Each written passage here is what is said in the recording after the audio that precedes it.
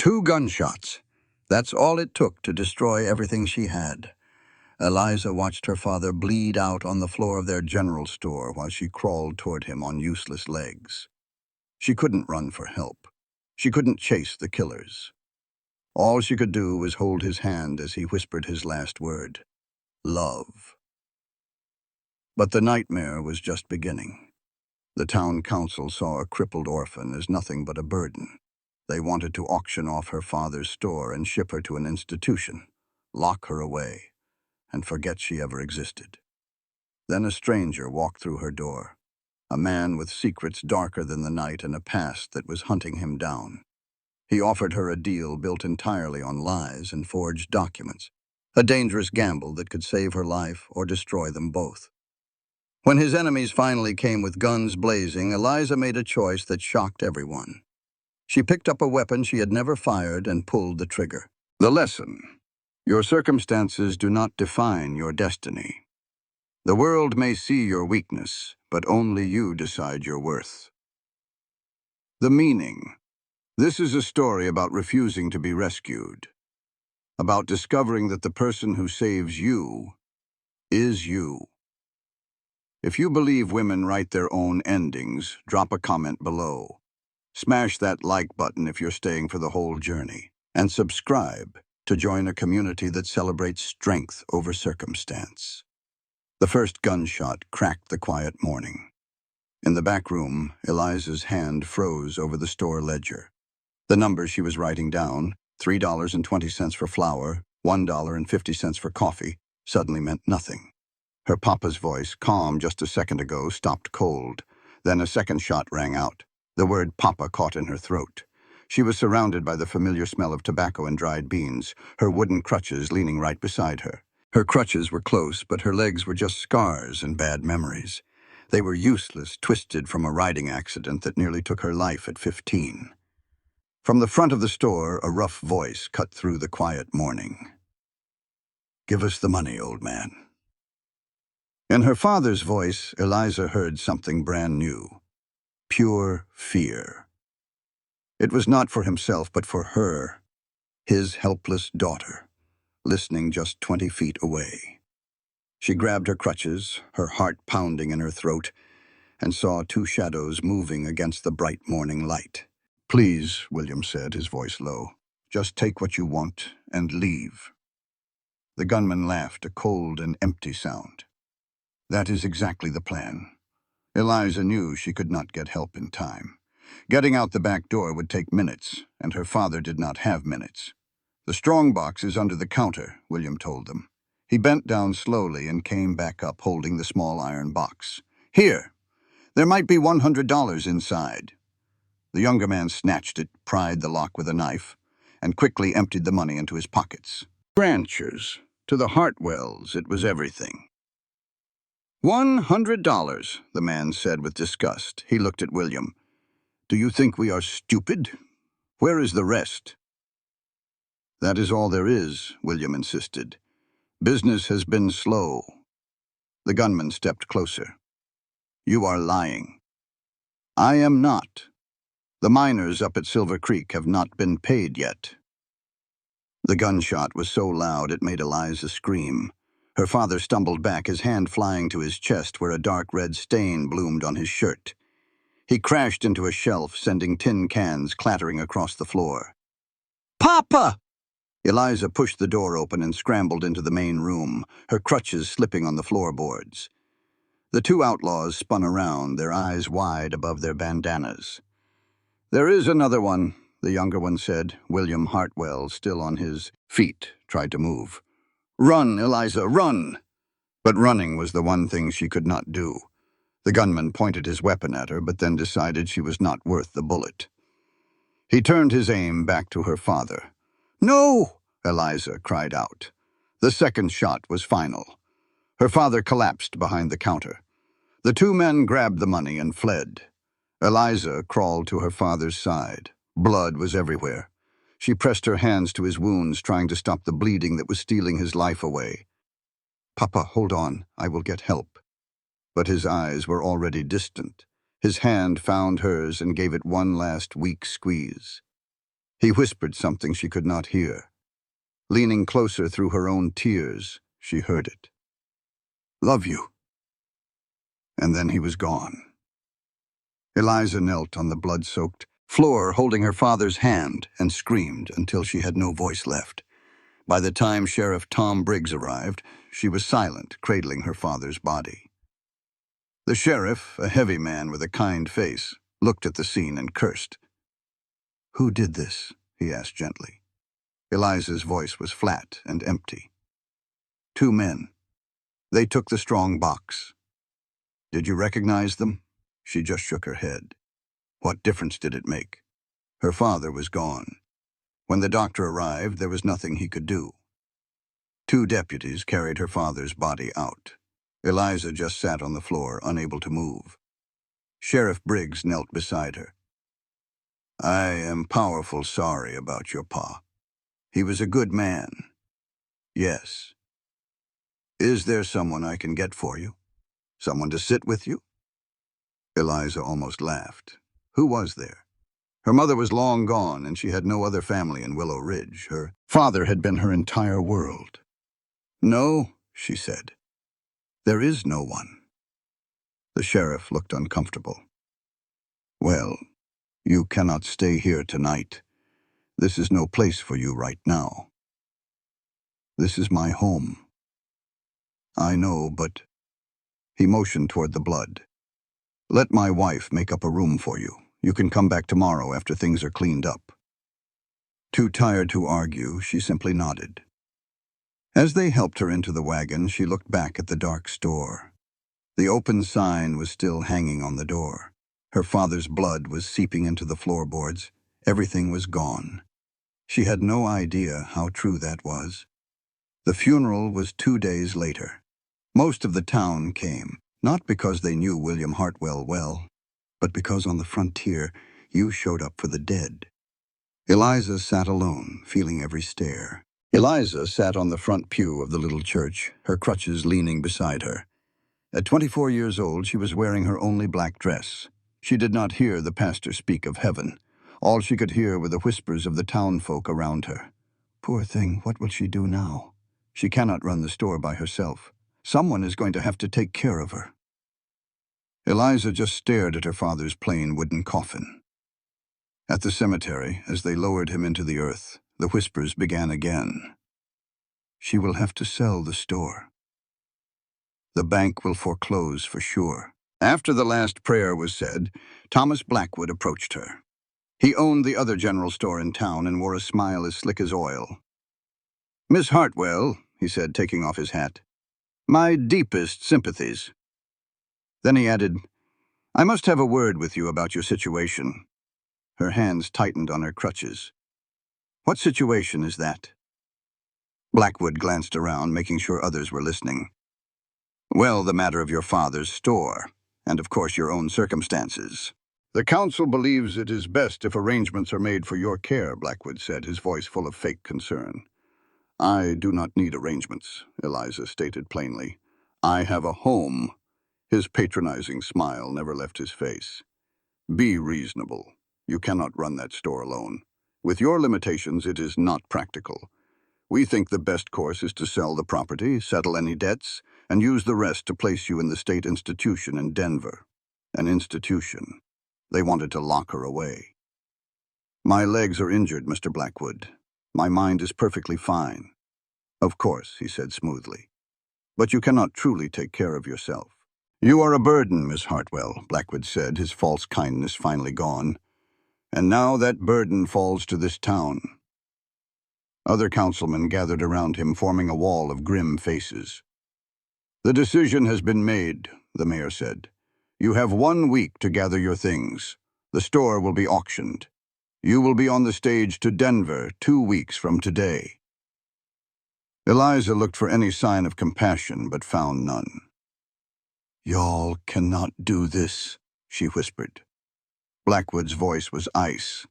"Face reality, girl. The frontier is no place for cripples." The ugly word hung in the air as the townsfolk looked away, saying nothing. They left her standing by her father's fresh grave as the rain began to fall. That night, Eliza sat in the room above the store, surrounded by her father's things. His coat still hung on a hook by the door. She did not sleep. She watched the rain turn the street into a river of mud. In 2 weeks, her home would be gone. Everything her father had worked for would belong to someone else, and she would be locked away, forgotten. A fierce thought rose inside her. No, she would not let this happen. But the council held all the power. They could throw her out without a second thought. She was exactly what Blackwood had called her, a burden to be handled. As the rain beat against the glass, she pressed her forehead to the cool window. "Papa, I do not know what to do," she whispered into the empty room. "Please tell me what to do." But the dead offer no advice, and she knew she was completely on her own. The morning broke all chilly and gray. Eliza woke up stiff and aching in the chair by the window. The rain had passed, leaving the whole world clean and still dripping. She forced herself up and got dressed, just going through the motions. The town council had ordered the store to stay shut until the auction, but Eliza unlocked the door and went inside anyway. Someone had cleaned the floor while she was gone that first night. Everything was back in its place, looking just like it did before. Only now it was filled with a powerful emptiness. Her father was gone from behind that counter, and he was never coming back. Eliza sat at her little desk, staring at the numbers in her father's ledgers. It was a good business, solid and carefully run, but nobody in town believed she could manage it. Just then, a little bell on the door chimed. Eliza looked up, ready to tell them she was closed, but it was a stranger. He was a tall man, well over 6 feet, with the lean, tough build of a man who spent his life on a horse. His denim pants and blue shirt were worn but clean, and a scarred leather vest showed its age. He wore a pistol on his hip, tied down like he meant business. His face was weathered, maybe his mid-30s, with eyes the color of creek water. But it was the way he looked at her that was different. He did not show pity or disgust. He just looked at her like she was any other person. "We are closed," Eliza said. "The door was unlocked," he answered, his voice low and a little rough. "I need some supplies, trail food, coffee, and some ammunition if you have any." "The store is closed," she said again. "I know about Mr. Blackwood's store," he said. "I would rather give my business to someone else." Eliza sized him up. "So, you have met Mr. Blackwood?" "I did when I rode in yesterday. I did not take a liking to him." The man stepped further inside, his boots quiet on the wood floor. He looked around, taking stock of everything. "I heard what happened to your father. I am sorry for your loss." "Thank you." "I also heard the council is trying to run you out of town." Eliza's hands tightened in her lap. "News sure travels fast in a small town." He picked up a can of peaches and set it right back down. "Seems to me a woman who can handle the books can run a store just fine, does not matter how her legs work." A little bit of the tightness in Eliza's chest let go. "You would think so. The council feels different. The council sounds like a bunch of darn fools." Eliza almost smiled. "Are you always this plain-spoken with folks you just met?" "Most of the time, yes," he said, turning to face her. "My name is Caleb. I am a drover. I move cattle up from Texas. I have been on the trail for 3 months, and I am running low on just about everything. If you are selling, I am buying." His directness was a surprise. No games, just straight talk. She found herself wanting to trust him, and that was a dangerous feeling. "Why me instead of Blackwood?" Caleb shrugged. "Like I said, I did not care for the man. Besides, when I see someone getting a raw deal, it just does not sit right with me. You do not even know me. I do not have to. I know an injustice when I see it," he said. "Look, I'm just trying to do business. You have what I need, and I have the money." Eliza thought about it. The council told her to close, but they did not own the store yet. It was still her father's legacy, and it was still hers. "All right," she said. "Tell me what you need." They gathered his supplies. Caleb knew what he was looking for, picking things out with a careful eye. He moved around the store easily, reaching high shelves and piling everything neatly on the counter. Eliza wrote it all down in the ledger. "That will be $12.30, she said. Caleb counted out the coins right away. "You are good at this," he said. "I have been doing it since I was 15, before the accident." It was not a question. Eliza's pen stopped. Most folks tiptoed around that subject. "How did you know?"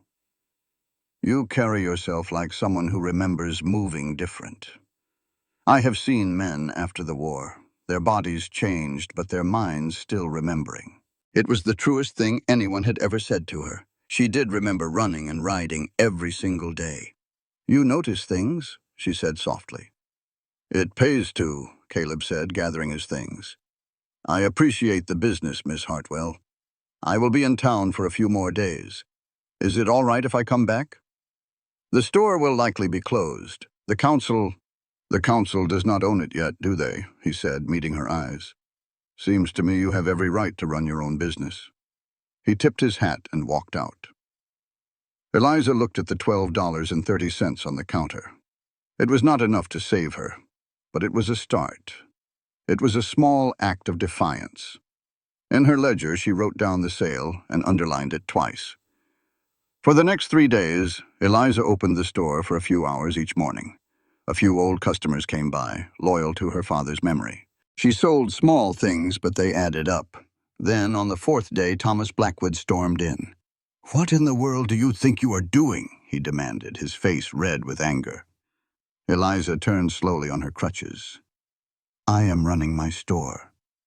The council told you to keep this place closed. The council suggested it. They do not own it." "This is my property, Mr. Blackwood," she said, her voice steady, "and I will run it until the day you pry the deed from my hands." Blackwood's eyes got small. "You are making this difficult." "Good." He stepped closer, trying to intimidate her, but Eliza stood her ground. "Listen to me, girl," he growled. "You are leaving this town one way or another. You can go quietly, or I can make a scene. Keep this up, and it will be a scene." "That would look real good for your reputation," Eliza said, her voice shaking just a little. "Manhandling a crippled woman in front of the whole town." Reputation. His hand twitched, and for a second she thought he might just hit her. Then footsteps on the boardwalk outside made Blackwood take a quick step back as Caleb Rowe walked in. He saw it all in a flash. Blackwood looming over Eliza, her knuckles bone white on her crutches, and the tension thick enough to cut. His face went hard. "Is there a problem here?" he asked, his voice steady. "This ain't your business, Drifter," Blackwood snapped. "Reckon it is, seeing as how I'm a customer." Caleb moved to stand beside Eliza. He didn't touch her, but his presence was a clear warning. "Miss Hartwell, you all right?" "I'm fine," Eliza said, but her voice shook. Caleb looked straight at Blackwood. "Then maybe you should be on your way. This is a store, not a place for bullying." The two men sized each other up. Blackwood was soft with easy living. Caleb was coiled and ready, like a man who'd survived his share of trouble. Blackwood was the first to look away. "This isn't over," he snarled at Eliza. 2 weeks, that's all you got." He slammed the door on his way out, rattling the windows. Eliza leaned against the counter, feeling drained. "Thank you," she said to Caleb. "You didn't have to do that." "Yes, I did." His eyes were calm and clear. "Men like that, they keep pushing until somebody pushes back. What they're doing is an injustice. They're trying to run you out because you don't fit their idea of what a woman should be." Eliza laughed, but there was no joy in it. "Wrong doesn't mean much when you're powerless." "You're not powerless. I am a woman who cannot walk right with no family and no money. What else would you call it?" "I'd call it someone who needs an ally," Caleb said. He stood up straight. "What if I told the council I'm your business partner?" Eliza just stared at him. "My what?" "Your partner. We tell them I've been helping your father for months, doing the heavy lifting while you handled the books. That together, We keep this place running." "That's a lie," she whispered. "It's a strategy," he answered with a small smile. "Are they playing fair with you?" "No. So why should you play by their rules?" "They'll never believe it. They knew my father worked alone." "Did they? Your father was getting older. It makes perfect sense he would have taken on a silent partner for the hard work. It also makes sense that partner would now step up to help the daughter who knows the business inside and out." Eliza's thoughts were spinning. It was a wild, desperate plan. They would see right through it. But what if they did not? "Why would you do this for me?" she asked. "You don't even know me." Caleb was quiet for a moment. "Let's just say I know what it feels like to be judged for things you can't control. And I know what happens when nobody stands up for you. I'm standing up for you, Miss Hartwell. The only question is, will you let me?" He could be a thief, ready to take what little she had left. But when she looked in his eyes, she saw no tricks. She just saw a loneliness that she recognized in herself. "All right," Eliza whispered. "Partners." Caleb's smile was small, but it was real. "Partners. Now let's go visit that council before they tack an auction notice to your door." The town council met in a back room of the hotel that smelled of power and old cigar smoke. When Caleb walked in with Eliza hobbling beside him, all conversation stopped. Mayor Walsh looked up. "Miss Hartwell, this is a private meeting." "I know that," Eliza said, moving toward the table. "But you're discussing my property, so I have a right to be here. I came to tell you the store will not be sold. I will be keeping it." Thomas Blackwood let out a loud laugh. "We've been through this. You can't." "She can," Caleb interrupted, "because she is not doing it by herself. My name is Caleb Rowe. I am Miss Hartwell's business partner." The silence in the room was heavy. "I have been working with her father for the last 6 months," Caleb continued. "I handled the heavy inventory and deliveries. Now I will continue that work, while Miss Hartwell manages the finances." Reverend Williams spoke first. "We have never heard of any business partner." "That's because William was a private man," Caleb said, his tone perfectly calm. "He preferred to keep our arrangement quiet, but I can show you all the records you need to verify I was involved." Of course he could not. But they did not know that. The town banker, Samuel Gates, leaned forward. "Even if this is true, a woman cannot run a business." "Why not?" Caleb asked simply. "The lady at the boarding house runs a business. So does the woman who makes hats. Seems to me that women run businesses all the time in this town when other folks are not trying to stop them." "Miss Hartwell has special needs," Mayor Walsh mumbled. "Miss Hartwell has injured legs," Caleb said, his voice flat.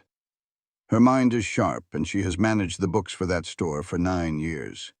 The only special need she has is for people to stop trying to steal what is rightfully hers." Blackwood's face turned red. "Now you listen here." "No, you listen." Caleb's voice turned hard as iron. "You want that store because it is valuable. You figured with William gone and his daughter unable to fight back, you could get it for almost nothing at an auction. Well, that is not going to happen." Mayor Walsh was looking at Caleb with new respect. This was not some drifter they could just run out of town. This was a man who might actually know how to fight them. "What is your stake in this, Mr. Rowe?" the mayor asked. "I am a minority partner. I own 20% of the business for my labor. Miss Hartwell has the majority ownership and makes all the final decisions." It sounded like a perfectly normal business deal. It was just believable enough to make them hesitate. "We will need to see documentation," Samuel Gates said. "Partnership agreements and financial records." "Of course," Caleb said smoothly. "We will have everything for you by the end of the week."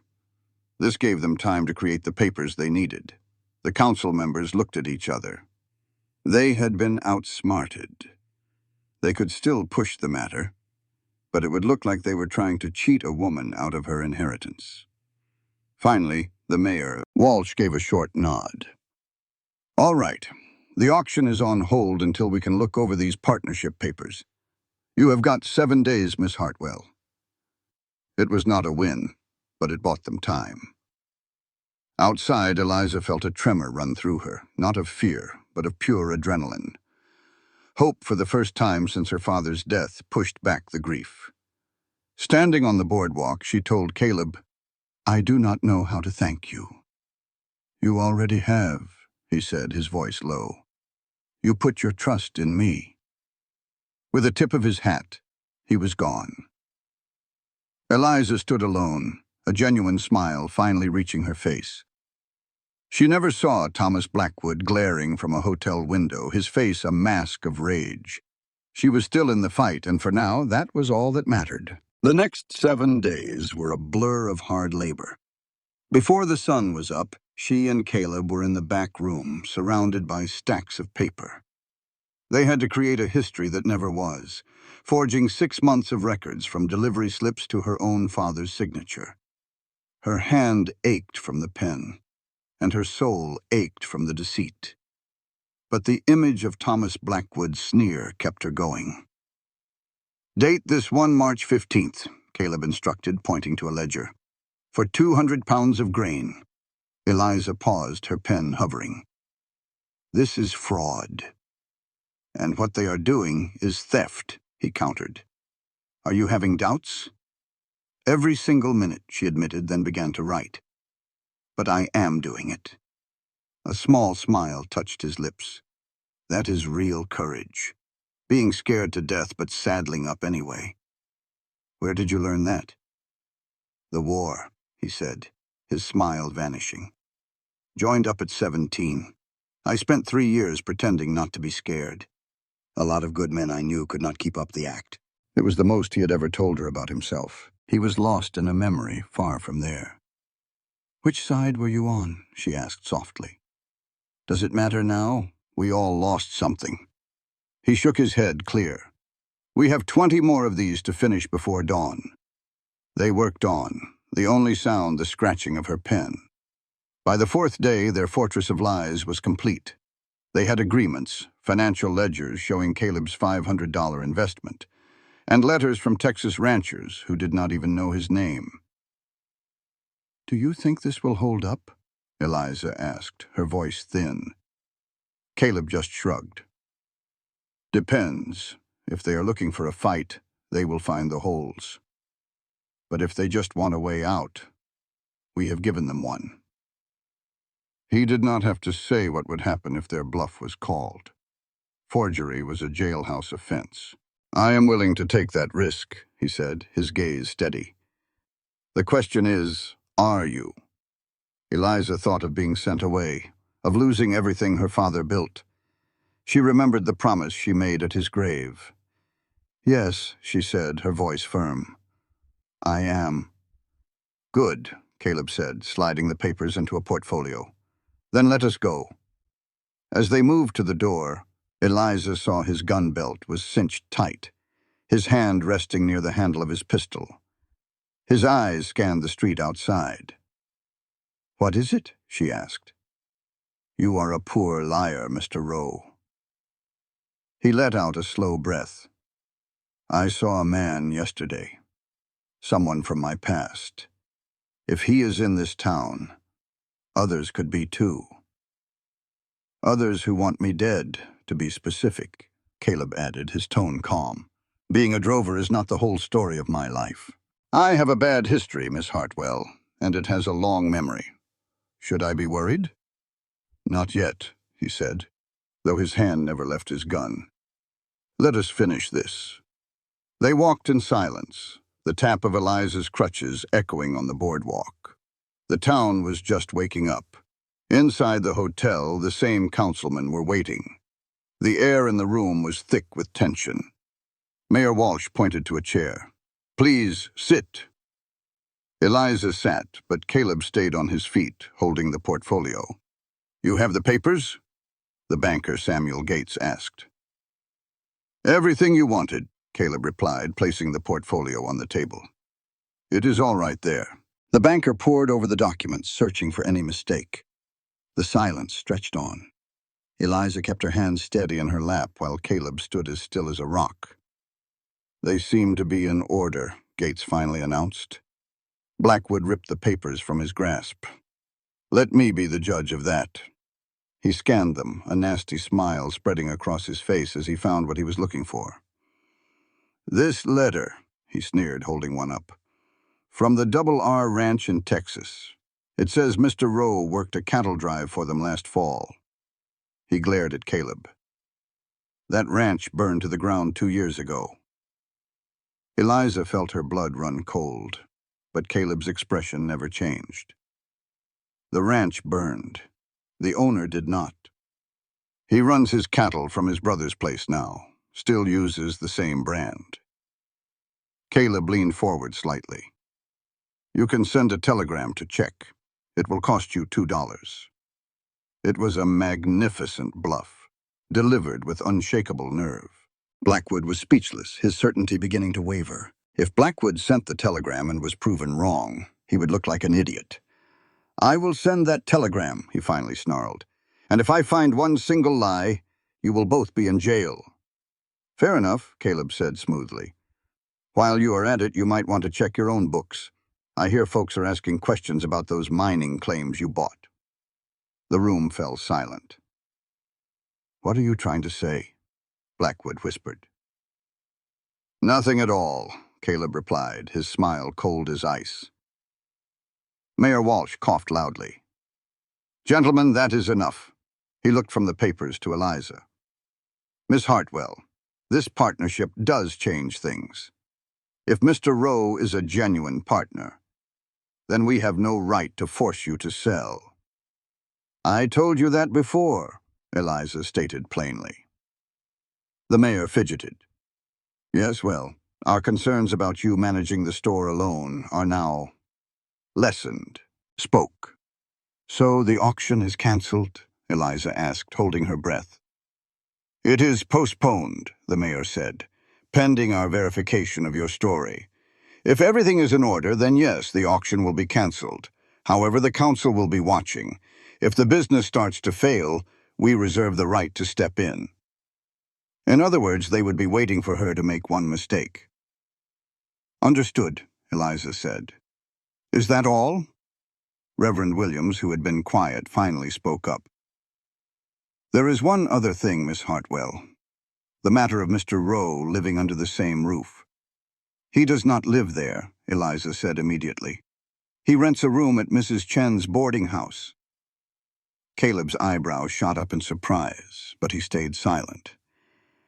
"I see," the Reverend said, though he looked doubtful. "Even so, a young unmarried woman working so closely with a man without any supervision, it raises questions of decency." Eliza almost laughed. They were worried about her virtue after planning to ship her away to an institution. "Mrs. Henderson from the hat shop comes by every afternoon," she lied, smooth as you please. "We have tea while we go over the books. Is that enough of a chaperone for you, Reverend?" The Reverend frowned, but he nodded. "I suppose that will do." "Then we are done here," Caleb said, gathering the papers. "Unless you gentlemen have anything else to say." There was only silence. "Good day, then." Caleb offered Eliza his arm, and she took it, getting her crutches set. They walked out of the hotel and into the bright morning sun. They did not say a word until they were halfway back to the store. Caleb finally spoke, his voice low. "That was close, too close. If you had not known about that Double R ranch—" "I did not know," Eliza admitted. "I was bluffing." He looked over at her, surprised. "The part about the ranch burning down is true. I heard about it years ago. But if Reynolds is still in business, or if he would back up my story, well, that was all just a pure guess." Eliza stopped in her tracks. "You mean if Blackwood sends a telegram, we are done for?" "That is right," Caleb said, his expression serious. "Which is why we have to make sure he never sends it. It's a tough spot. I have a notion, though it ain't a pretty one." He looked around to make sure no one was listening, then leaned in close. "I need to ride out of town. There is a telegraph office in Copper Springs about 30 miles south of here. If I ride hard, I can be there and back in 3 days. What for? She asked. I'm going to send a telegram to myself, signed by Richard Reynolds, to prove I work for him. Caleb's smile had no warmth. Then I will pay the telegraph operator to remember that story if anyone comes asking. That is against the law. Well, add it to the list. He stood up straight. Can you handle things here while I am gone? Eliza thought about the store and the watchful eyes of Thomas Blackwood. I do not have a choice, do I? There is always a choice. You could walk away now. But I do not think you will. He was right. In the last week, she had become a fighter, someone who refused to let others decide her fate. Go, she told him. I will be all right. Keep the doors locked up tight at night. Caleb paused, then pulled his gun from its holster and offered it to her. Take this. Eliza just stared at it. I do not know how to use one. Point it at what you want to stop breathing and pull the trigger. When she did not move, he said, Please, it will make me feel better. Eliza reluctantly took the gun. It was cold and heavier than she imagined. The weight of it made the whole situation feel terribly real. I will be back in 3 days, Caleb promised. 4 at the most. If I am not back by then. Do not say that. If I am not back, you go find the sheriff. Tell him everything. It is better to face the law than whatever else might be coming. What is coming? Eliza grabbed his arm. Caleb, what are you not telling me? Nothing you need to worry about just yet. He gently took her hand off his arm. Just be careful. Trust your gut. And if anything feels wrong, you get somewhere safe. Before she could ask more, he was gone. Eliza watched him walk away, the gun heavy in her hand, feeling a true sense of fear for the first time. The next 2 days were quiet and full of tension. Eliza opened and closed the store, serving folks who whispered when they thought she was not listening. She tried not to think about Caleb's dangerous plan. Mrs. Chen from the boarding house stopped by, bringing soup and questions about Mr. Rowe. He is a good man, the old woman said from her chair. He pays his rent on time, but something troubles him. I can see it in his eyes. We are all troubled, Mrs. Chen. Some more than others, she replied, her gaze sharp. You be careful with that one, Miss Eliza. He looks like a man running from something, or toward something, Eliza said quietly. It is the same thing sometimes. Mrs. Chen patted her hand. But he stood up for you. That means a lot. Just keep your eyes open. That night, Eliza locked the doors and checked them twice. She put Caleb's gun on the nightstand and lay awake, listening to the old building creak and groan. On the morning of the 3rd day, Thomas Blackwood paid a visit. Eliza was opening the store when his fine carriage pulled up. He stepped out, dressed perfectly as always. Miss Hartwell. Working all by yourself, I see. Mr. Rowe is away on business, Eliza said, keeping her voice steady. Is there something you need? Just checking on things. His smile was as cold as a winter morning.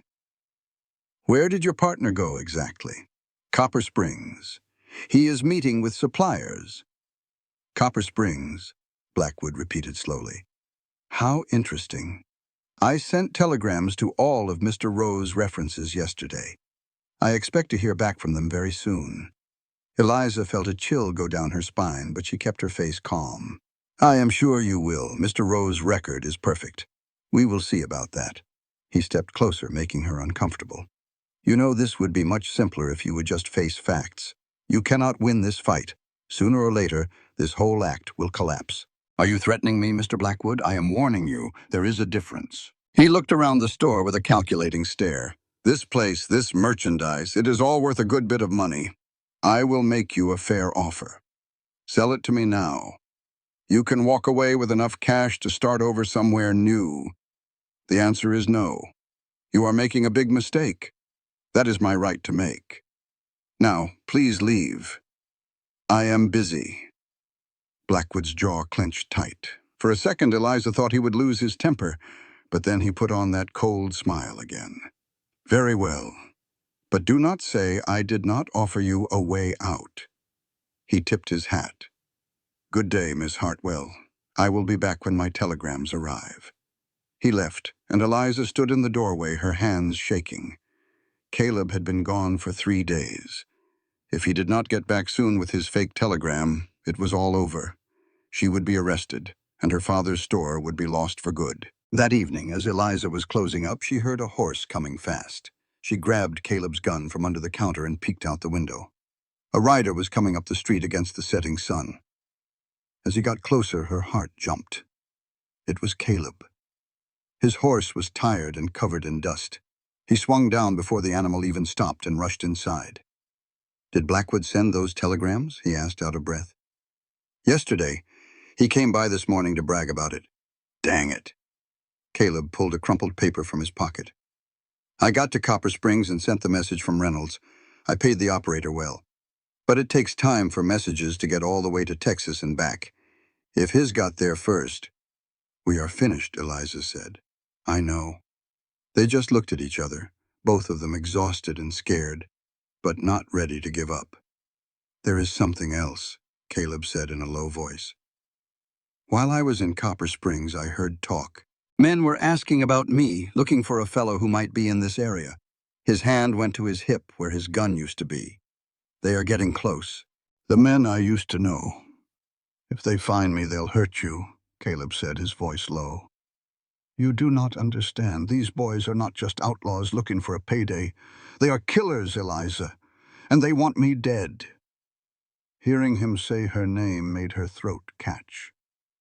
"Then you have to leave," she pleaded. "Go before they get here. I will handle Blackwood." He shook his head. "I am not leaving you to face this alone." "You have no choice," she insisted, pushing his own gun into his hand. "Your past is here. Please, take this and go. I have already lost my father. I cannot watch someone else die on my account." He did not take the weapon. "This is not on your account." "Is it not?" she asked. "If you had not stopped to help me, you would be long gone. You would be safe." "I would be alone," Caleb said softly. "For 5 years, Eliza, I have been alone, running and hiding. You gave me a reason to stand still." Tears welled in her eyes. "Do not say that." He took the gun from her, but just set it on the counter. "I am not leaving. We started this together, and we will finish it." "That is crazy," she whispered. "Probably," he admitted with a tired smile. "But it is the first crazy thing that has ever felt right." Outside, the sky turned a deep, bloody red. 2 souls, bound by lies and desperation, stood in the dark. "All right," Eliza finally said. "Together." Across the street, a man with a scarred face watched them, his hand resting on his gun. He was the reckoning that was coming with the morning sun. At 10 o'clock the next morning, the man with the scarred face walked into the store. Eliza felt his presence like a cold front moving in. He was a tall man in his 40s with a face that looked like it had lost a fight with a barbed wire fence. A nasty scar pulled his mouth into a permanent sneer. "Can I help you?" Eliza asked, her voice steady. His cold eyes looked right through her. "I am looking for a man," he said, his smile more threatening than a growl. "Name of Caleb. Heard he was around here." Mrs. Patterson, a customer, let out a little squeak and hurried out of the store. "I do not know anyone by that name," Eliza lied. The man just smiled and stepped further inside. "Funny thing," the man said, circling like a coyote. "The telegraph operator back in Copper Springs told me a man like Caleb sent a message 3 days ago. Seems the operator talks when he has had a few drinks." Eliza's blood ran cold. He knew everything. "I see a lot of people," she said carefully. "You would remember Caleb." He leaned over the counter, his voice a low threat. "I think he is still here, and I think you know where." Eliza's hand found the gun she had hidden under the counter. The man saw it and laughed a low, ugly sound. "You fixin' to shoot me, little lady? You have never even fired a gun, have you?" "Get out," she ordered, her voice shaking. Or what? He sneered, pointing to the faces gathering at the window. You will shoot me in front of the whole town? Just then, the back door creaked open. Caleb stood there, his own gun drawn and steady. Hello, Dutch. The scarred man, Dutch, straightened up slow.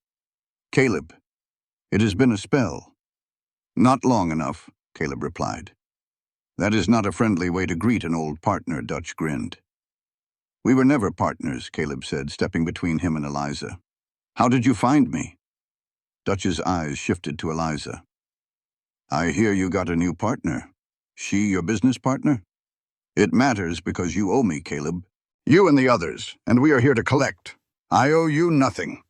You ran off with our money, Dutch's voice turned hard as iron. $20,000 from that bank in Amarillo. That makes you a thief. Eliza stared, her world spinning. A bank robbery. The man she trusted was a thief. I did not take your money, Caleb said evenly.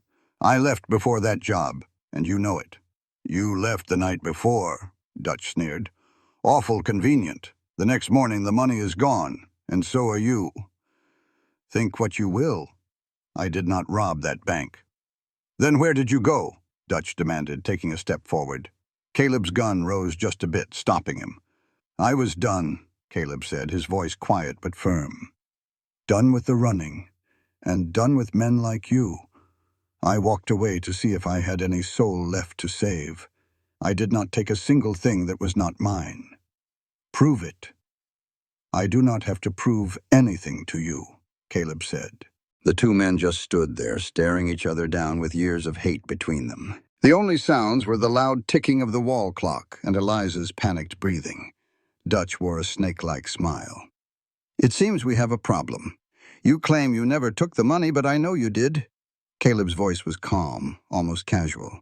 Are you planning to draw on me, Dutch? My hand is faster these days, and yours was never that quick. Dutch just glanced toward the window. Maybe not. But I am not by myself. I have 3 men waiting outside. You might get me, Caleb. You might even get 2 of them. But you will not get all 4. His eyes slid over to Eliza. It would be a shame for an innocent person to get hurt. The threat was plain as day. Surrender, or she would pay the price. Caleb's voice was low. Leave her out of this. I cannot do that. She became part of this when you entered her life, Dutch said with a fake apology. But I am a reasonable man. Come with us quietly. We can talk about that missing money. If you can convince me you are innocent, we might let you go. And if I cannot, Caleb finished for him, then I die a slow death. Eliza finally found her voice. Do not go with him, Caleb. He is lying. He will kill you no matter what. Dutch chuckled. She is a smart girl. Pretty, too. Even with those bad legs. What happened? Did you fall off a horse? Do not speak to her, Caleb warned, his gun hand tightening. Do not even look her way. Dutch clicked his tongue. You have gone soft, Caleb. Getting feelings for a woman is not like you at all. You used to be all business, cold as ice. This is your last warning, Dutch. Leave now. Or what? You will shoot me in front of everyone? Dutch pointed to the growing crowd outside. The door opened and Sheriff Briggs walked in. What is going on in here? Just a misunderstanding, Sheriff, Dutch said smoothly. Me and Caleb are just old friends catching up. Caleb said nothing, his eyes fixed on Dutch. The sheriff looked between the 2 men, sensing the danger but not the cause. Is that right, Mr. Rowe? Is this man a friend of yours? It was a test.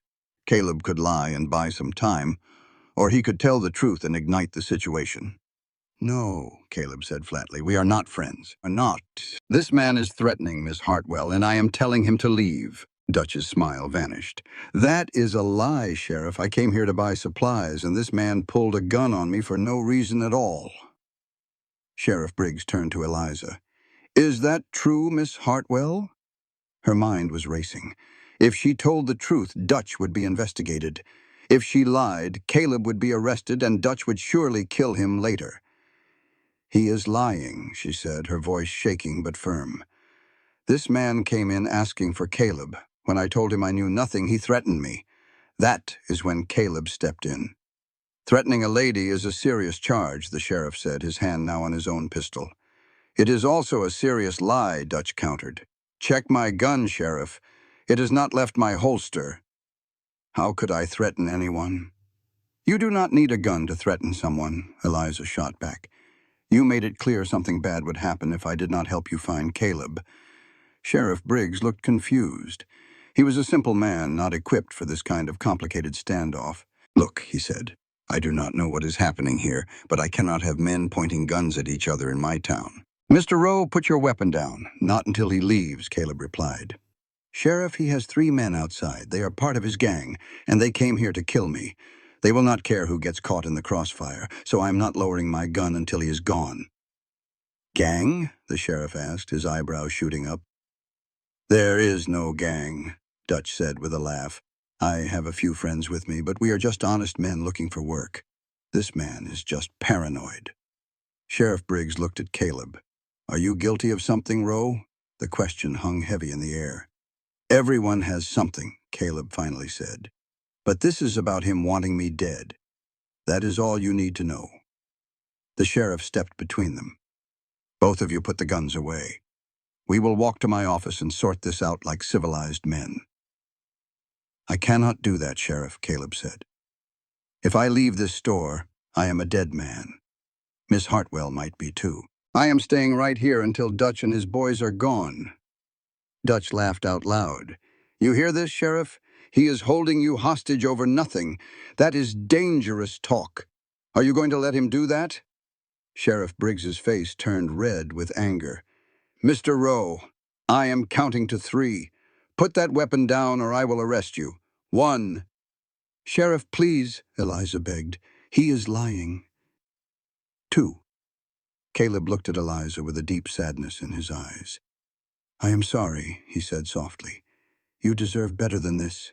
Do not you dare give up, she whispered. 3. Caleb lowered his gun. In a flash, Dutch drew his own pistol and fired. The bullet hit Caleb in the shoulder, sending him crashing into a shelf. His gun slid across the floorboards. No! Eliza screamed, lunging forward but tripping over her own crutch. She fell hard, a sharp pain shooting through her legs.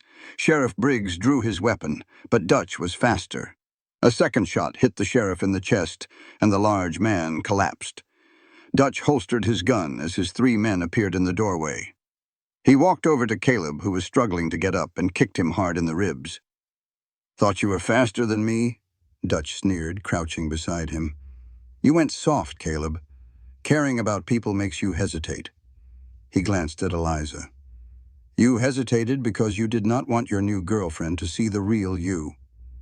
Leave her alone, Caleb gasped. Dutch grabbed Caleb's shirt. Where is my money? I do not have it, Caleb choked out. Dutch hit him across the face with the butt of his gun. Wrong answer. Try again. I swear I do not know where it is. It was someone else from the gang. Everyone is accounted for but you, Dutch said before hitting him again. Last chance. Where is the money? Caleb spit a mouthful of blood. Go to hell. You first, Dutch said, raising the gun to Caleb's head. Eliza screamed. She had pulled herself up against the counter and her hand found the cold metal of Caleb's dropped pistol. Without a second thought, she aimed it at Dutch and pulled the trigger. The recoil was powerful and the shot went wild, hitting the wall. But it was enough. Dutch flinched back, his own shot going into the ceiling. What the hell? He yelled, spinning toward her. One of his men grabbed his arm. Dutch, we have to go. The whole town heard those shots. The law will be here soon. Dutch hesitated, his eyes burning with rage. He gave Caleb one last vicious kick before backing toward the door. This is not over, you hear me, Caleb? We will find you. And next time your little girlfriend will not be there to save you. Then they were gone, leaving only the sound of their horses galloping away. She dropped the firearm and scrambled over to Caleb's side. Don't you die on me. You hear me? He coughed, and blood dotted his lips. Wasn't planning on it. The man had just taken a bullet for her, a crippled girl he barely knew. And that was a truth that cut deeper than any lie. Now she had to save him and the sheriff, or their sacrifice would mean nothing. She checked Sheriff Briggs. His pulse was faint, but it was there. He is alive, she said. Barely. Caleb grunted. Go, get the doctor. She used her crutches to get to the door, her heart hammering. The street was pure chaos. She spotted young Billy Fletcher. "Go get Doc Morrison! The sheriff has been shot!" The boy took off running. Eliza looked back at the destruction, at the two men on the floor. Her partnership with Caleb might have started on shaky ground, but his courage was the truest thing she had ever witnessed. Just then, Thomas Blackwood appeared beside her. "What happened here? Men came looking for Caleb. They shot the sheriff. And Mr. Rowe? He protected me." She looked Blackwood straight in the eye. "You wanted to know if he was legitimate? Well, a con man does not take a bullet for a girl like me in a store that hardly makes a profit." Blackwood's face was unreadable.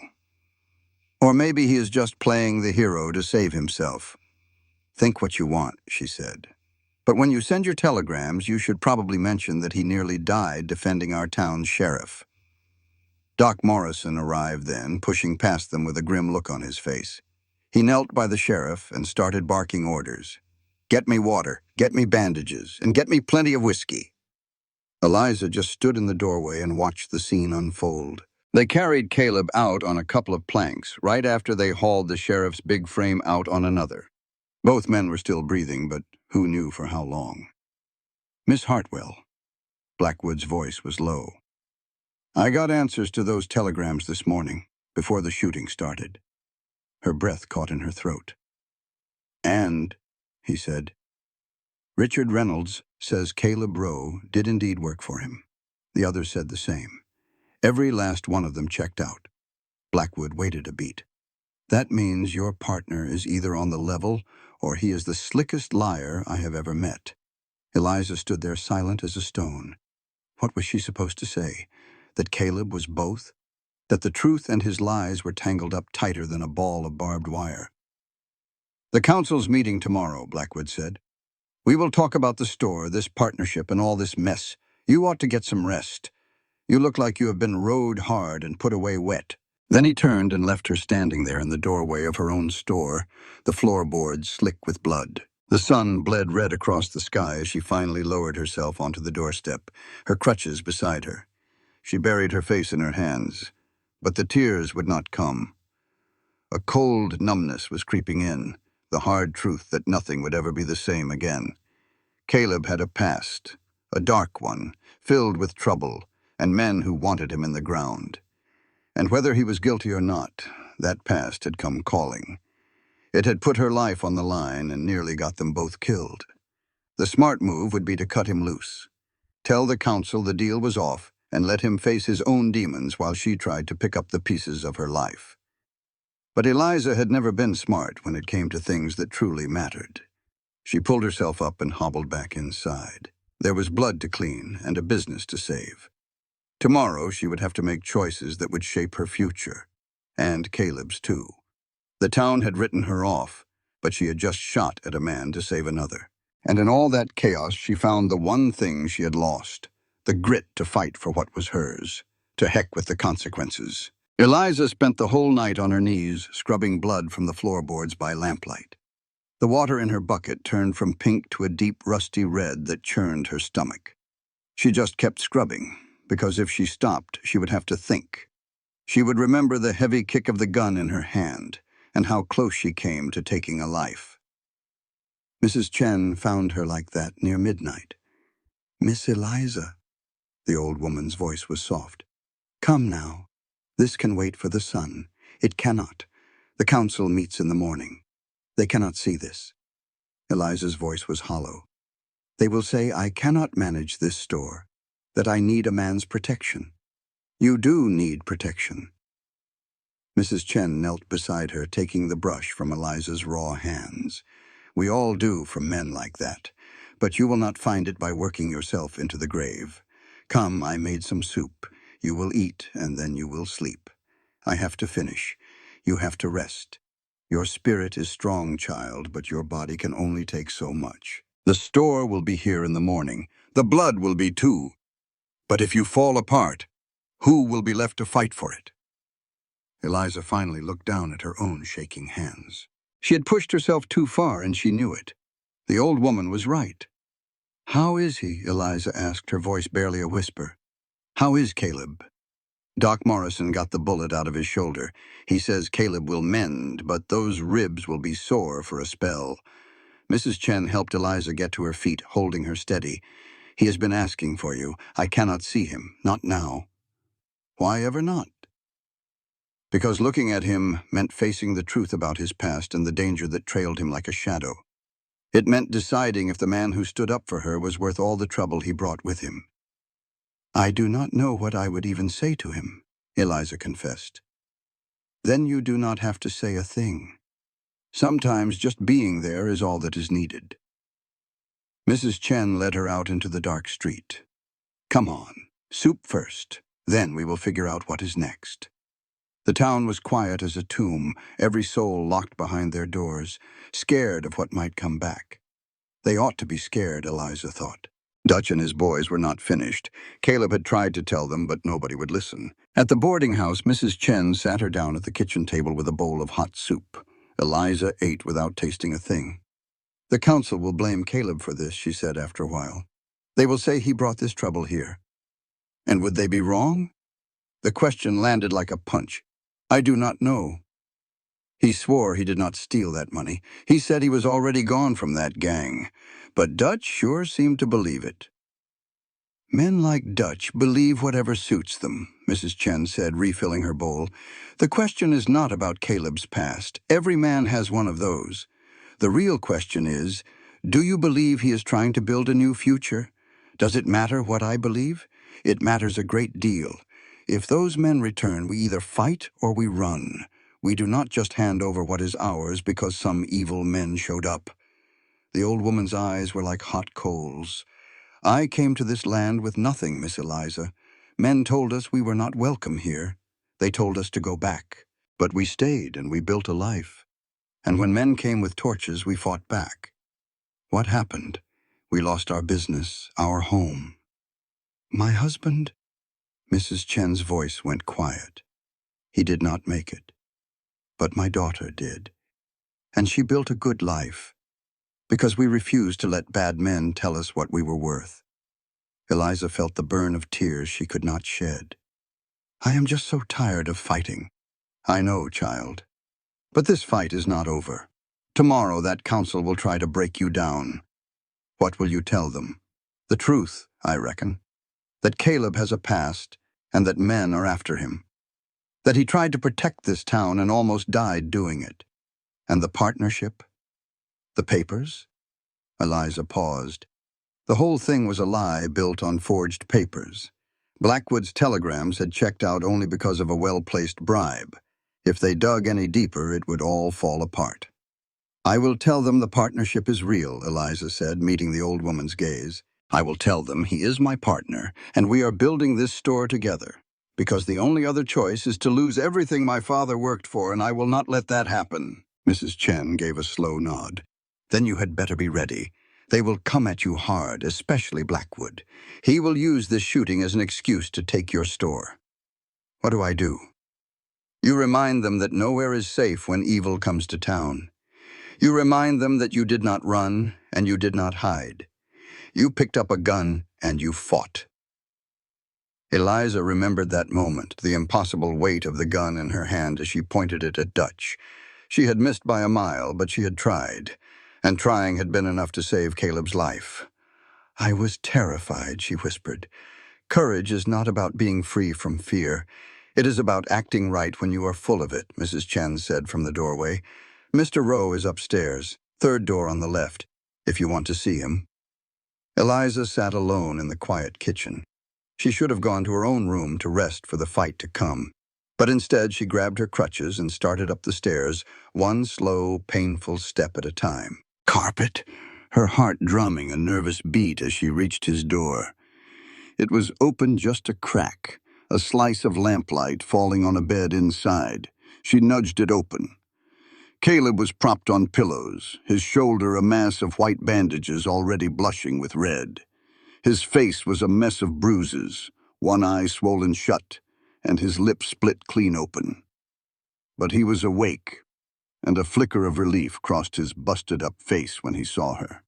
He said, Eliza, you shouldn't be here. She just shut the door behind her.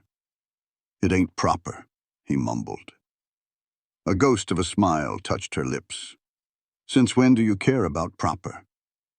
She eased into the chair by his bed, her own legs aching. "How are you feeling?" He winced. "Like I was shot, beaten, and kicked for good measure. Doc says I'll pull through. Sheriff Briggs, too, though it's still touch and go." His good hand balled into a fist on the blanket. "I hesitated, and Briggs paid the price for it." "You hesitated because you were trying to do the right thing," Eliza said, leaning in. "But Dutch was right about one thing. You have gone soft. The old me would have shot first." Caleb's voice was rough with regret. "But this is on me. My past brought them here. Sheriff Briggs took a bullet because of me. How is that any different from the man I was?" "Because you tried to protect people this time, not hurt them," she insisted. She paused, then asked the question that had been eating at her. "Did you steal that money? The $20,000 from Amarillo?" He was quiet for a long while. "No, I rode out of that gang 3 days before they hit that bank. I just couldn't do it anymore. The robbing, the killing, it was hollowing me out. What was the final straw? We robbed a little bank in Silver City. A woman was there, a teller with her little girl, maybe 5 years old. The child started crying something fierce. Dutch told her to shut that kid up. When she kept wailing, he pointed his gun right at her. Said he'd give her a real reason to cry." Eliza gasped. "I stepped between them," Caleb said, his eyes seeing a memory he couldn't shake. "I told him if he touched her, he was a dead man. We left empty-handed.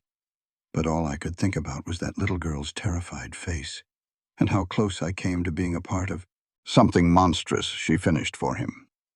"So I left," he confirmed. "Took my horse and my gun and nothing else. 3 days later, they hit the bank in Amarillo and made off with $20,000. When Dutch couldn't find it, he figured I'd played him for a fool and run off with the score." "But you didn't." "No, I didn't. But you can see why he'd think it. The timing was perfect." Eliza thought it through. "So someone else in the gang took it. Or maybe Dutch is just chasing you because you left him." Caleb gave a bitter smile. "It doesn't much matter. Either way, they want me in the ground." "Then we run," Eliza said, her voice firm. "Tonight. We'll go somewhere they'll never find us." He stared at her. "Eliza, you don't have to do this." "Yes, I do. If I stay, the town council will take the store. They'll say you conned me and tear down everything we built. Besides," she said, gripping the chair, "I don't want to stay. This town has shown its true colors. The only person who ever saw any worth in me was my father. And you," she finished, her voice thick with emotion. "I lied to you, and you nearly died for me. You saw a person, not a cripple. So yes, we run. Because I choose you, Caleb, past and all." He reached out his good hand and she took it. His grip was warm and strong. Two damaged souls in the dim light, choosing each other when the world had chosen against them. "The council meets tomorrow," Caleb said after a moment. "They'll demand answers about me." "Let me handle them," Eliza insisted. "You're in no shape. I will go and buy us some time." "All right," he finally agreed. "But you have to promise me something. If it goes bad, if Dutch comes back or they try to arrest us, you run. You take the money and get on the first stagecoach out of here. Don't you wait for me." "I will not." "Promise me, Eliza." The desperation in his eyes was too much to fight. She nodded slowly. "I promise." It was a lie, plain and simple, and he knew it as well as she did. But some lies are a kindness. Eliza sat with him until he drifted off. Then she slipped away to her own room to lie awake, making plans until the sun came up. The council met at 9 o'clock. Eliza walked into the mayor's hotel looking composed, dressed in her finest, though she hadn't slept a wink. Thomas Blackwood was there, along with Mayor Walsh and the banker, Samuel Gates. Reverend Williams rounded out the group. Sheriff Briggs was the only one missing, still laid up and unconscious. "Miss Hartwell," Mayor Walsh said, motioning to a chair. "Please, have a seat." She sat, setting her crutches beside her and folding her hands in her lap. "I suppose you know why you are here," he began. "I imagine it concerns yesterday's events." Blackwood let out a harsh laugh. "Events? You mean the gunfight that nearly killed our sheriff and wrecked your store?" "I mean the unprovoked attack by criminals looking for my business partner," Eliza corrected, her tone perfectly even. "An attack Mr. Rowe risked his life to stop." "Your partner," Gates chimed in, shuffling papers, "who seems to have quite a history. We've received some troubling information about Mr. Caleb Rowe." Eliza felt a knot tighten in her stomach. "What kind of information?" Blackwood leaned forward, savoring the moment. "The kind that says your partner is wanted for questioning in connection with several bank robberies, including one in Amarillo that brought in $20,000. "Wanted for questioning," Eliza repeated, her heart hammering. "That is not the same as wanted for arrest. Is there a difference?" Blackwood sneered. The outlaw, Dutch, seemed quite sure of his guilt. "It makes one question your judgment, Miss Hartwell, to be so easily fooled." His smile was pure poison. "One might even say a woman in your particular condition is especially easy to manipulate." There it was, the same old song. She was incapable because she was a woman, because she needed crutches, because she had dared to trust someone. "Mr. Rowe's references were all in order," Eliza said, keeping her voice steady. "You checked them yourself, Mr. Blackwood." "And now we wonder how he faked them so well," he shot back. "It is not hard for a practiced con man to create a new life for himself." "If he is such a con man, why did he stay?" Eliza challenged, looking each of them in the eye. "Why did he take a bullet for this town? A con man runs when there is trouble. Caleb stayed and fought." "Or perhaps he had nowhere left to run," Gates suggested smoothly. "Perhaps he knew his past was catching up and decided to play the hero so we would protect him. It seems quite clear he used you, Miss Hartwell. He used your unfortunate situation to find himself a safe place to hide." The Reverend Williams cleared his throat, adding another layer of judgment. "There is also the matter of propriety. An unmarried woman working so closely with such a man. In fact, Mrs. Chen saw you visiting his room just yesterday." "In a man's room late at night with no chaperone." Eliza's face burned with shame. "I was seeing to his injuries after he was shot. Do you understand how that appears? I see you care more about appearances than about someone trying to murder our sheriff." Eliza's voice rose, though she fought to keep it steady. "Dutch and his boys are still out there, and all you can think about is me visiting a wounded man." "We are concerned for your good name," William said, "all prim and proper, and the town's reputation. This whole affair has people talking, saying Willow Ridge is a haven for criminals. If word gets out that our general store is run by a fallen woman and her outlaw companion, we are not companions." The words came out like a whip crack. "We are partners in business, and that is all." "Then you will not mind ending that partnership," Blackwood said smoothly. "Sell the store to someone who can manage it properly. We will see you are paid fairly." "Paid fairly?" Eliza let out a brittle laugh. "You mean you will buy my father's legacy for next to nothing and run me out of town, just like you always wanted?" "We are only trying to protect you. You are trying to rob me. Let us be honest about that much." She stood up, reaching for her crutches, her body trembling with a furious energy. "My daddy built that store with his own 2 hands. He worked himself into an early grave to give me a place in this world, despite my legs. And you want to snatch it all away because I dared to fight back." "Miss Hartwell, please, have a seat," Mayor Walsh pleaded. "No, I am done sitting quietly while you men decide my life for me." Eliza made for the door, the tips of her crutches cracking against the floorboards. "That store is mine. The partnership is staying. And if Dutch comes back, we will face him with bullets, not with excuses. If you leave, we will force a sale," Blackwood warned. "We will get the court to order it. Say you are not fit to run it." Eliza turned to look him square in the eye. Then go right ahead. Show everyone in Willow Ridge the kind of man you really are. Show them you would ruin a grieving woman just to fill your own pockets. I'm sure that will do wonders for your reputation. She was out the door before they could say another word, her heart hammering against her ribs. She had just declared war on the most powerful men in Willow Ridge. They would come for her with everything they had, but she had also stood up for herself for the first time in her life. Outside, Deputy Clay Matthews was waiting, his face grim. "Miss Hartwell, I need a word with you about what happened yesterday. If this is about Dutch, I have already said all I know. This is about arresting you and Rowe for fraud." Matthews looked like he would rather be anywhere else. "The town clerk looked over your partnership papers. He called the notary who supposedly stamped them. Turns out that man passed away 6 months ago." The world seemed to spin. Eliza gripped the porch rail to keep from falling. "I do not understand. The papers are forgeries, ma'am. That means you and Rowe lied to the council and broke the law." Matthews showed her a pair of iron handcuffs. "I am mighty sorry about this, Miss Hartwell, but I have to place you under arrest." Everything she had gambled on to save her future was gone. It had all been built on a lie that had just come crashing down. She thought about the promise, she made to Caleb, then she held out her hands. "All right, let us be done with it." As Matthews fastened the cold iron on her wrists and led her toward the jail, Eliza felt a strange sense of peace. The townspeople stared and whispered as they passed. She had fought with everything she had, and she had lost. But at least she went down fighting. The jail cell had the smell of damp earth and hopelessness. Eliza sat on the small cot, her crutches beside her, staring at the iron bars. She had been locked up for 3 hours. The shock had worn off, and the hard truth was setting in. She was now a criminal. The outer door groaned open.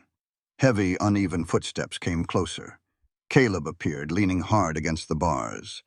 His face was pale and bruised, and a fresh red stain was spreading across the bandage on his shoulder. "You should be in bed," Eliza told him, "and you should not be in a jail cell." His voice was raw with anger. "I told Matthews it was all my idea, the forgeries, all of it. I told him you knew nothing, and I suppose he believed you?" "No. He said you were too smart not to know. He said anyone could see we were partners in it." Caleb held the bars tightly. "I am so sorry. I never wanted this for you." "Yes, you did. We both did. We went into this with our eyes open." Eliza stood and walked to the bars. "What is going to happen? The judge gets here in 2 days. Matthews says we will both be charged with fraud and forgery. We could get 5 years in the territorial prison. 5 years. The words echoed in her head. Her father's store would be sold and forgotten. By the time she was free, she would have a criminal record and no future. "There is another way," Caleb said, his voice low. Matthews went out for a drink. He left the keys on his desk. "We could be 10 miles gone before he even knows we are missing." Eliza looked at him, surprised. "You want to escape?" "And add jailbreak to our list of crimes." "I want to live. We will not get a fair hearing here, Eliza. Blackwood has the judge in his pocket. He will see we are put away for as long as he can manage. Running is our only real chance." "Run where? They will just send lawmen after us. We will be fugitives." "Better a fugitive than a prisoner." Caleb's eyes pleaded with her. "Please, we can head west, start over where nobody knows. Us. Montana, maybe, or Oregon. Someplace they will never think to look." The thought was tempting. The keys were right there. They could vanish into the wilderness. Eliza knew how to survive when the odds were against her. But to run meant giving up on everything her father had worked for. It meant letting Blackwood win. It meant a life of looking over her shoulder, always afraid. "No," she said, her voice quiet but firm. "I am not running. I am tired of hiding, tired of letting other people tell me my worth." She stepped closer to the bars, just inches from him. "You should go. Take the keys and ride as far and as fast as you can. But I am staying right here. You will end up in prison. Maybe. Or maybe I will fight. Maybe I will make such a fuss that Blackwood cannot just sweep me under the rug." Her voice grew stronger. "I shot at a man yesterday, Caleb. First time in my life, and you know what I felt? Power. For the first time, I felt like I had a choice. I'm not giving that feeling up to go run and hide. Caleb just looked at her for a long moment. A slow smile spread across his face. It was a busted-up, bloody mess, but it was genuine. Well, I'll be. You are either the bravest woman I have ever met, or you are plain crazy. She asked if it could be both. He chuckled. Yeah, I reckon it can. Reaching through the bars, he took her hand. All right then, we stay. We will put up a fight, but we have to be smart about it. We need something to hold over Blackwood, something that will make him back off. Like what? He holds all the cards in this town, not all of them. Every man like that has his secrets. Caleb got a sharp look in his eye. Back when I was in Copper Springs, I heard whispers, rumors about Blackwood and some shady mining claims. Gates mentioned something about Blackwood bribing land inspectors.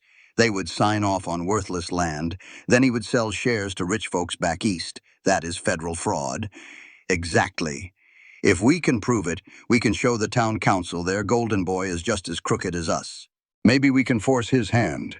He drops the charges and we keep our mouths shut. That is blackmail. No, that is survival, Caleb said, squeezing her hand. You said you wanted to fight. This is how we do it. But before she could answer, the door flew open. Deputy Matthews staggered in, reeking of whiskey. And right behind him was Mrs. Chen, looking as determined as a hawk carrying a basket with a cloth over it. I brought some food for the prisoners, she said loudly. The deputy told me it was allowed. Matthews just waved a hand toward the cells. Yeah, whatever. Just be quick about it. I have a headache that could stop a clock. Mrs. Chen came right over to Eliza's cell and passed the basket through the bars. Hidden under the bread and cheese was a folded piece of paper. Eliza quickly slipped it up her sleeve while pretending to admire the food. You are a very kind woman, Eliza said, making sure her voice carried. Thank you. It is no trouble at all. Everyone deserves a little kindness, no matter what they have done. Mrs. Chen glanced over at the deputy, then looked right at Eliza. I have been telling folks in town what happened. A lot of people are not happy you were arrested. They think the council is being too hard on you. That is kind of them, Eliza said, but I do not think it will change anything. You might be surprised what people can do when they get riled up. Mrs. Chen patted her hand. You keep the faith, Miss Eliza. The truth has a funny way of finding its way out. Once she was gone and Matthews was busy with his bottle, Eliza unfolded the paper. It was an old contract, but you could still read the words. It was an agreement between Thomas Blackwood and a land inspector named Horace Turnbull from 2 years ago. For $500, Turnbull agreed to certify 3 mining claims as having high-grade silver, even though he knew they were worthless. And right there at the bottom was Blackwood's signature, big and bold. Eliza looked up and saw Caleb watching her. She held the paper up so he could see it. His eyes went wide. Where in the world did she get this? I have no idea, but it is just what we needed. Eliza's mind was already turning. If we show this to Mayor Walsh, prove Blackwood is a cheat. Walsh is probably in on it, Caleb warned. Him and Gates, too. They are likely all getting a piece of the pie. We have to go higher up, Caleb decided. To the federal authorities, the territorial marshal, who will not get here for weeks, Eliza reminded him. The judge gets here in 2 days. They sat there in silence. They had the proof they needed, but no way to use it. Everyone with any power in this town was crooked. Then Eliza remembered. The telegraph. We can send a message to the territorial capital, right to the marshal's office. We can tell them about the fraud and that we have proof. Even if they do not get here in time for the trial, just the threat of a federal investigation might be enough to make Blackwood deal. Matthews is not going to let us anywhere near that telegraph office. No, but Mrs. Chen might. Eliza went to the bars and called out to the deputy. Mr. Matthews, I need to send a thank you note to Mrs. Chen for the food. Would you be so kind as to take it to her boarding house? He looked up, his eyes glassy. I am not your delivery boy, Miss Hartwell. Please, sir. She was so good to me, and I just want her to know how much I appreciate it. Maybe it was the liquor, or maybe he had a soft spot after all. He sighed and got a piece of paper. Just make it quick. and do not try anything funny." Eliza wrote the note carefully. It seemed innocent enough. She thanked Mrs. Chen for her kindness and mentioned how the bread reminded her of her father. Then she added that she hoped someone would tell her family about her arrest, especially her cousin Martha in the capital who worked near the marshal's office. Eliza did not have a cousin Martha, but she knew Mrs. Chen would catch her meaning. The woman was sharper than anyone knew. Matthews took the note without a close look and left, mumbling about needing some air. As soon as he was gone, Caleb spoke in a low voice. "This is a real long shot. Even if Mrs. Chen understands and sends the wire, the marshal might just ignore it. He might think it is just a trick from a couple of criminals trying to get out of trouble."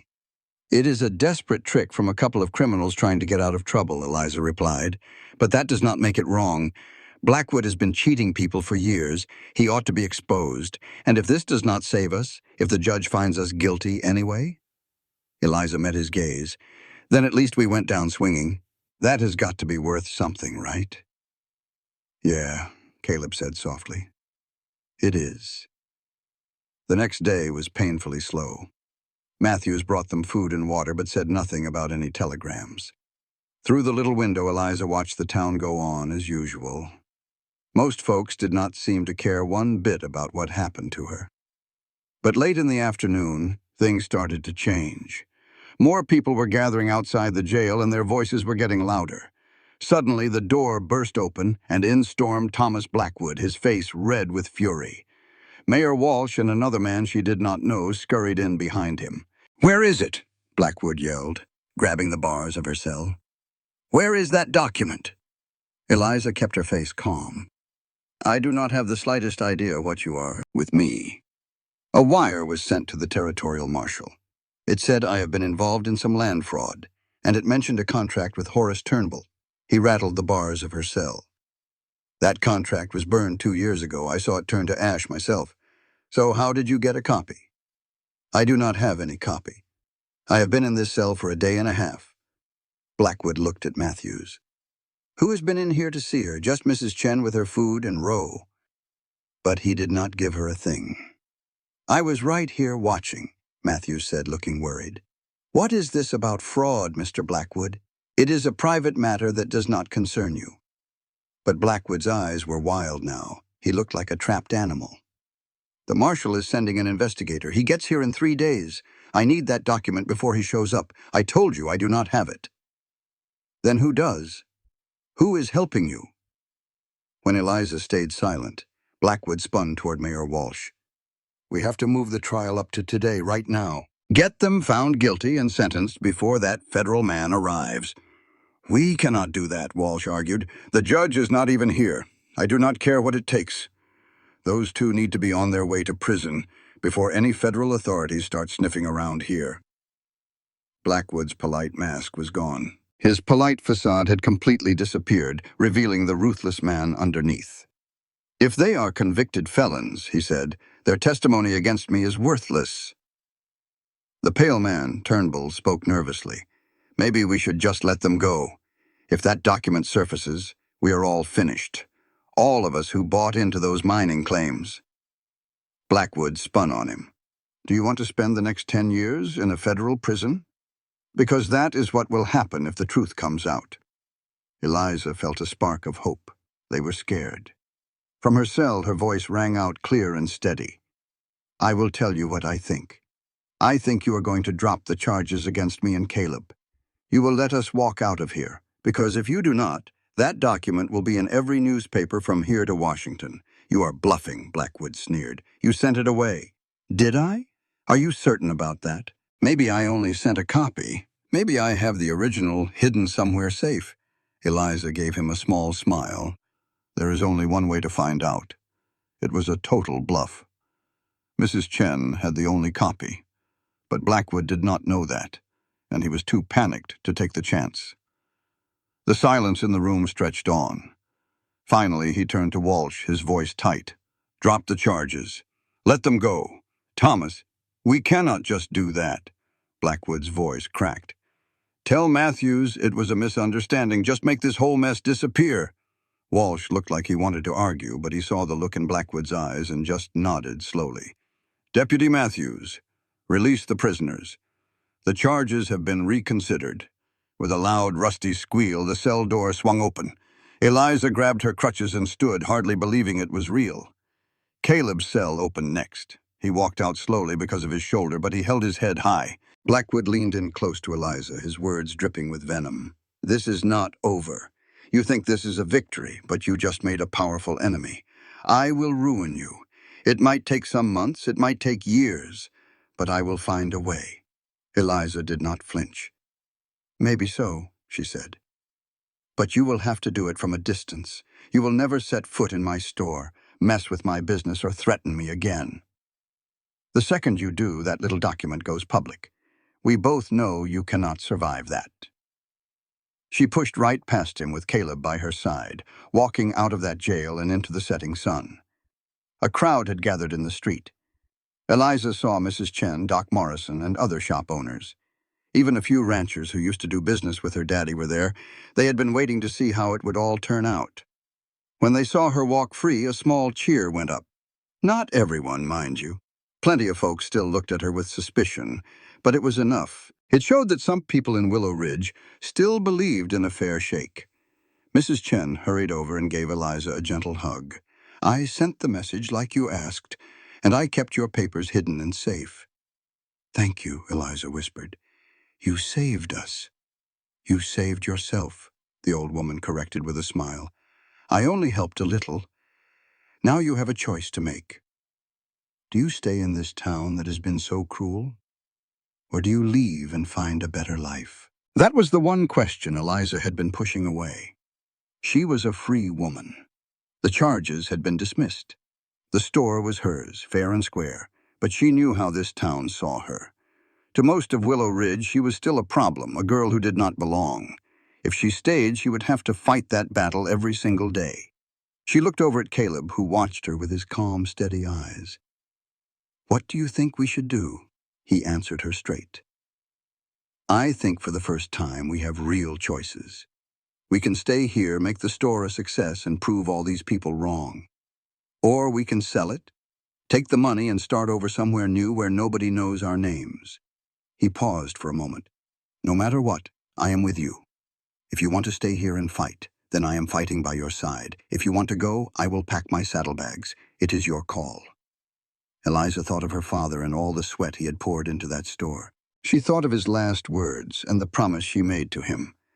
But then she remembered the whispers, the looks of pity, and the endless struggle to prove she was worth something to people who had already made up their minds. She thought about Dutch and his gang, who were still out there, and she thought of Blackwood's promise to destroy her. In that moment, she felt a sense of true freedom. I want to leave, she said firmly. Not because I am running scared, it is because I am choosing something better for us. I want to build a life, not spend all my time defending it. A real relieved smile spread across Caleb's face. Then where are we headed? West, she said. Somewhere new that is still growing. A place that needs folks who are not afraid of hard work and do not care about what is considered proper. She looked at the store that had been her whole world for 9 years. We will sell it and get a good price. We can use that money to build something of our own. Maybe a trading post, Caleb suggested. Along a new trail where people are settling. We could build it from the very ground up. Together, Eliza added, as true partners. No more secrets, just honest work. Together, Caleb agreed. The next week was spent tying up loose ends. Doc Morrison bought the store and paid her more than she ever expected. Sheriff Briggs was well enough to sit up and shake Caleb's hand, thanking him for his help. A federal man came to town and spent 3 days asking questions about Blackwood's whole operation. Eliza gave him the document and told him everything. She felt a deep satisfaction watching Blackwood's whole world start to fall apart. On the morning they were set to leave, Eliza visited her father's grave one last time. She placed a small bunch of wildflowers on the dirt. I have to go, Papa, she said softly. I know you wanted me to keep the store, but this town will never accept me. I am tired of trying to make them. She rested her hand on the simple headstone. I hope you can understand. I did my best and fought as hard as I could. But sometimes, being brave means knowing when it is time to walk away. A breeze rustled the tall grass, and Eliza took it as a sign that her father understood. She knew he would want her to be happy above all else. Caleb was waiting by the cemetery gate with their horses. He had spent the week fixing up a special saddle for her, one with extra support to help her ride despite her legs. It was not a perfect solution, but it was more than she could have hoped for. "Ready?" he asked. "As I will ever be." He helped her into the saddle, making sure she was secure before handing her the reins. Then he swung onto his own horse. Eliza gave Willow Ridge one final look. That town had been both her prison and her battleground. Then she turned her horse to face the west. "Let us go," she said. They rode away as the sun climbed into the sky, just two small figures against a wide open landscape. Behind them, the town went on with its business, already starting to forget them.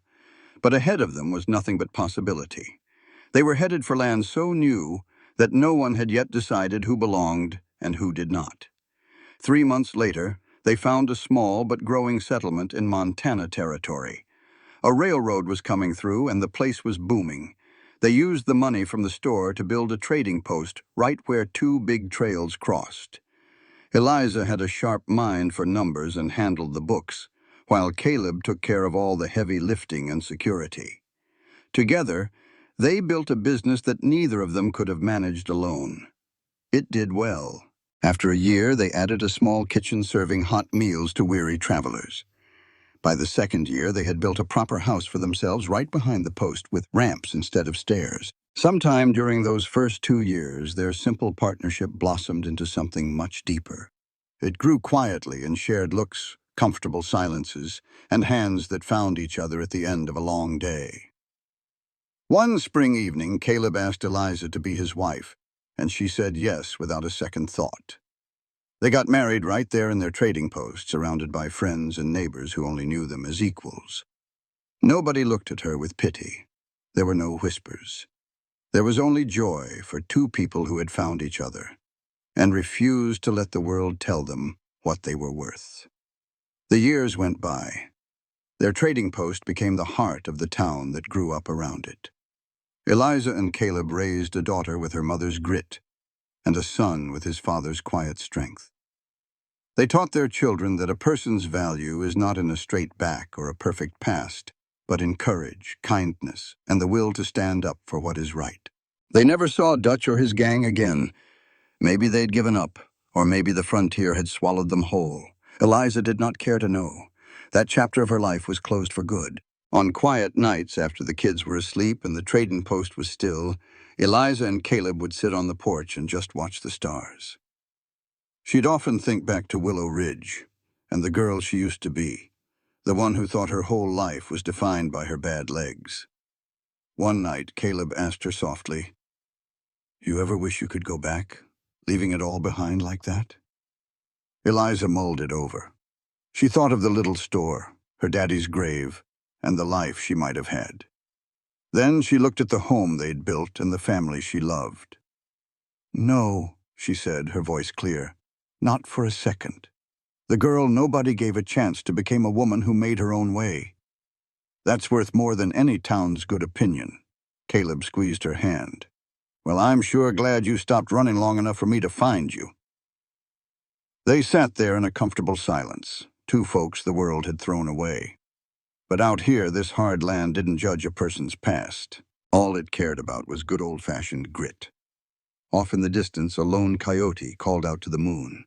The wind carried the smell of pine and the promise of a new day. Eliza Hartwell Rowe smiled into the dark. She knew right then she was home. It wasn't a place someone gave her. It was a life she had claimed for herself. She had carved out her own space in this world with nothing but her own 2 hands. Sure, that cowboy had put her on his horse and ridden her away from all the hurt. But when it was all said and done, Eliza knew it was she who had saved herself. And that made all the difference. This content was carefully researched, developed, and manually edited by our team to deliver meaningful stories with valuable life lessons. Every narrative is crafted to entertain, inspire, and empower our audience. We believe that great stories can change lives, and we are committed to bringing you content that matters. Thank you for being part of our community.